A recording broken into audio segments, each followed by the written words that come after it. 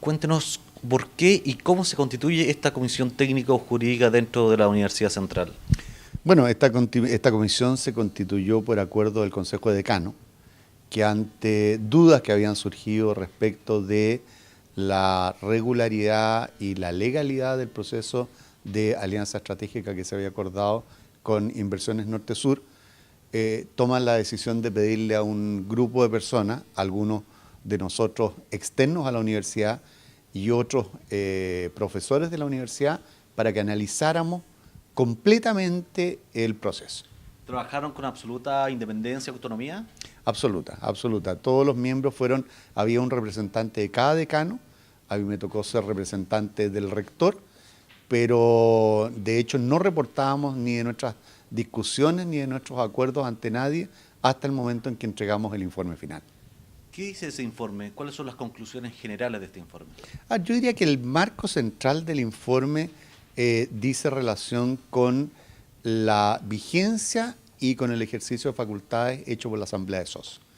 Ahí habían dos tesis, que había gente que sostenía que algunos de los acuerdos no eran válidos producto de que habían sido tomados después de que algunos miembros de la Asamblea habían cumplido 5 años en el cargo, que era el tiempo para el cual habían sido elegidos. Y en ese sentido, lo que nosotros tuvimos que analizar, en primer lugar, fue si los miembros de la Asamblea de Socios de la universidad se encontraban en ejercicio de sus cargos. Revisados los estatutos de la universidad, nosotros llegamos a una convicción sobre los elementos centrales que definen el carácter de la Universidad Central.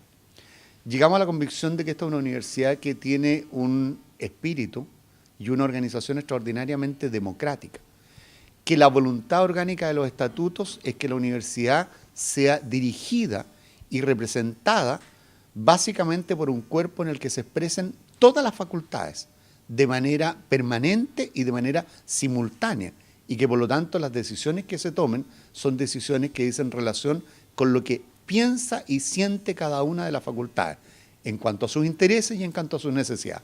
Desde ese punto de vista, ¿de qué fue lo que nos convencimos? De que, por lo tanto, la asamblea es electa para funcionar ininterrumpidamente hasta el momento en que se produzca una nueva elección. Desde ese punto de vista, el hecho de que se hubieran transcurrido los 5 años era irrelevante, porque incluso en el propio estatuto, las razones para que un miembro de la asamblea dejara de serlo no contemplaban en ningún caso el cumplimiento del plazo. Y por lo tanto, nosotros tuvimos que decir necesariamente que entendíamos que la asamblea se encontraba vigente hasta que se realizaran las elecciones de los nuevos socios, que entiendo que afortunadamente están convocadas ahora para el 21 de junio. ¿Cuál otro punto clave ustedes concluyeron? Bueno, la verdad es que declarado legales los acuerdos de la asamblea era lo central. Después de eso hicimos algunas recomendaciones sobre elementos del proceso que habían sido discutidos. Concretamente tenemos una recomendación sobre la valorización de los bienes de la universidad. Y ahí, para que se despejara cualquier duda y para que hubiera elementos de transparencia que nos parecen indispensables, lo que recomendamos es que se hiciera una nueva tasación de todos los bienes de la universidad, que se hicieran a lo menos 2 tasaciones actuales y por peritos independientes, de los cuales tenían que estar fuera quienes habían hecho tasaciones anteriores de la universidad, para que no exista ninguna duda acerca de cuánto valen los bienes de la universidad. También hicimos recomendación respecto de la forma de cumplimiento de los acuerdos de la asamblea.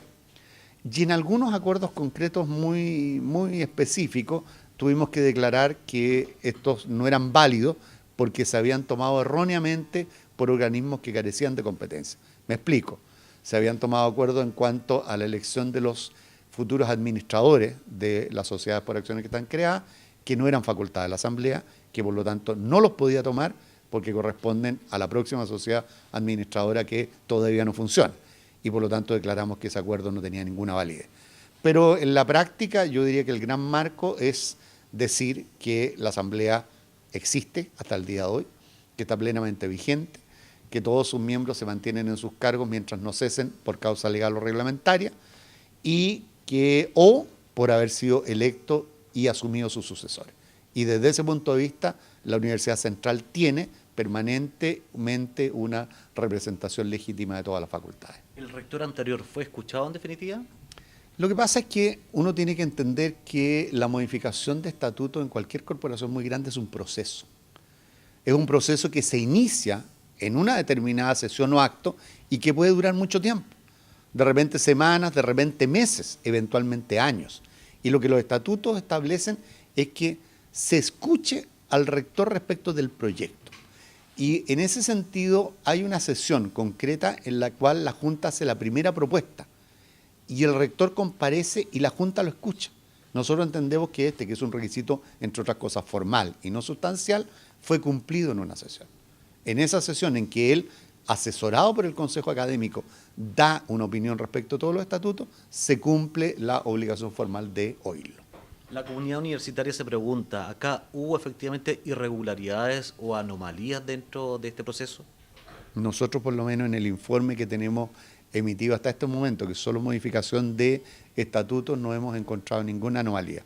Encontramos diferencias de criterio, encontramos medidas que desde nuestro punto de vista habían sido tomadas erróneamente por no tener facultades y encontramos discusiones que en aras de la transparencia tienen que ser liquidadas sobre la base de repetir algunas de las decisiones que se tomaron y además hicimos una recomendación de carácter general que tiene un sentido práctico para el futuro, porque la Universidad Central existe no solo en el ámbito académico, también en el ámbito jurídico.